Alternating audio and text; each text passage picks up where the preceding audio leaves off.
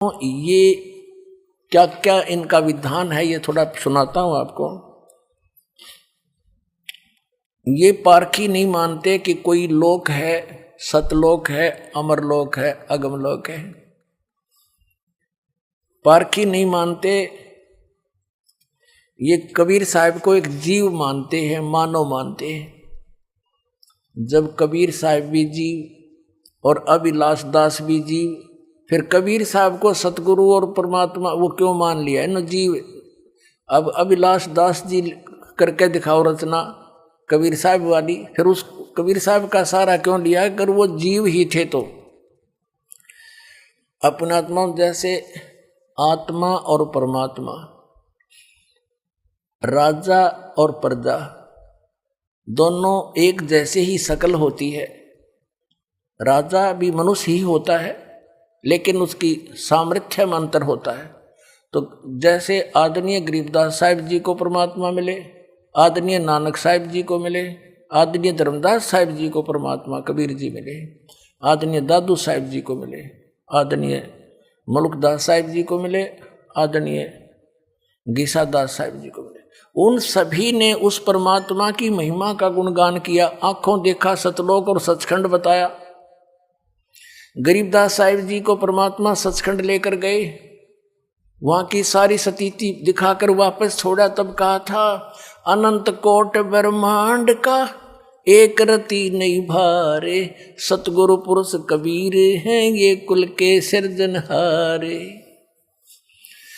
आदरणीय रामानंद जी को परमात्मा सचखंड लेकर गए थे और फिर उसी तरह वापस छोड़ा, तब उसने कहा था दोहू ठोर है एक तू भया एक से दो, गरीबदास हम कारणे तुम उतरे हो मगजो।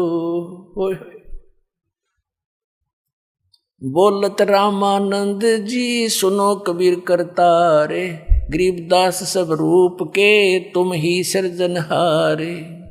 और कबीर परमेश्वर ने खुद कहा है कि ए स्वामी सृष्टा में, यानी सबका रचनहार मैं हूं और सृष्टि हमरे तीर, गरीबदास अधर बसूं अवगत सत कबीर।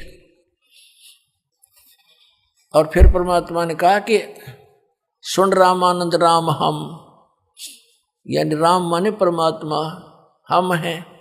और जिन भी महापुरुषों ने परमात्मा को देखा, उनके दर्शन किए, उन्होंने स्पष्ट किया है कि हम सुल्तानी नानक तारे दादू को उपदेश दिया, जात जुलाहा वेद न पाया वो काशी माहे कबीर हुआ। आदरणीय नानक साहिब जी ने कहा है कि फाई सुरत मुल्की वेश ए ठगवाड़ा ठगी देश, खरा सियाणा बोता बार। ये धानक रूप रहा करतार।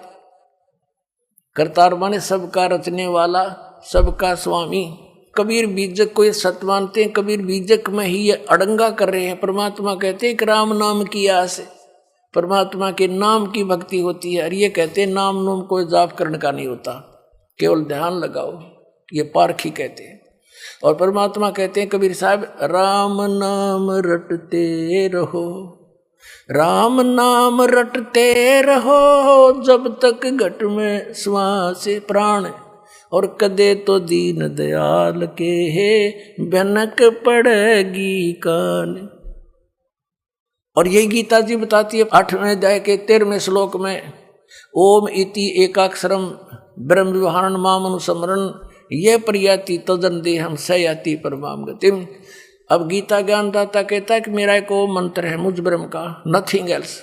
और इसका अंतिम सांस तक उच्चारण करता हुआ, अंतिम श्वास तक, शरीर छोड़ने तक सिमरण करता हुआ जाता है सयाति परमाम गति। वो ओम से मिलने वाली परम गति को प्राप्त होता है। और ये गीता जी को सत्य भी मानता है अभिलाष दास जी, और कहता नाम जाप करने का है ही नहीं इसमें, वो तेरे की। तो पुण्यात्माओं, ऐसे अज्ञानी के साथ भी और लाखों लोग चिपक गए बोली आत्मा, क्योंकि इनको ज्ञान नहीं। तो दास चाहता है कि सबको मास्टर बना दूं और छोड़ दे इन जीवन नाशकों को। ये तो परमात्मा के मार्ग में कीड़े हैं, दीमक समझ लो। ये भक्ति का नाश कर रहे हैं, जीवों के, मनुष्यों के जीवन का नाश कर रहे हैं। तो इस ज्ञान से परिचित होकर प्राणी उन आत्माओं अपने आप छोड़ के आओगे नकलियों को और सतलोक आश्रम वाला माँ के कल्याण करवाएंगे। बोलो सतगुरुदेव।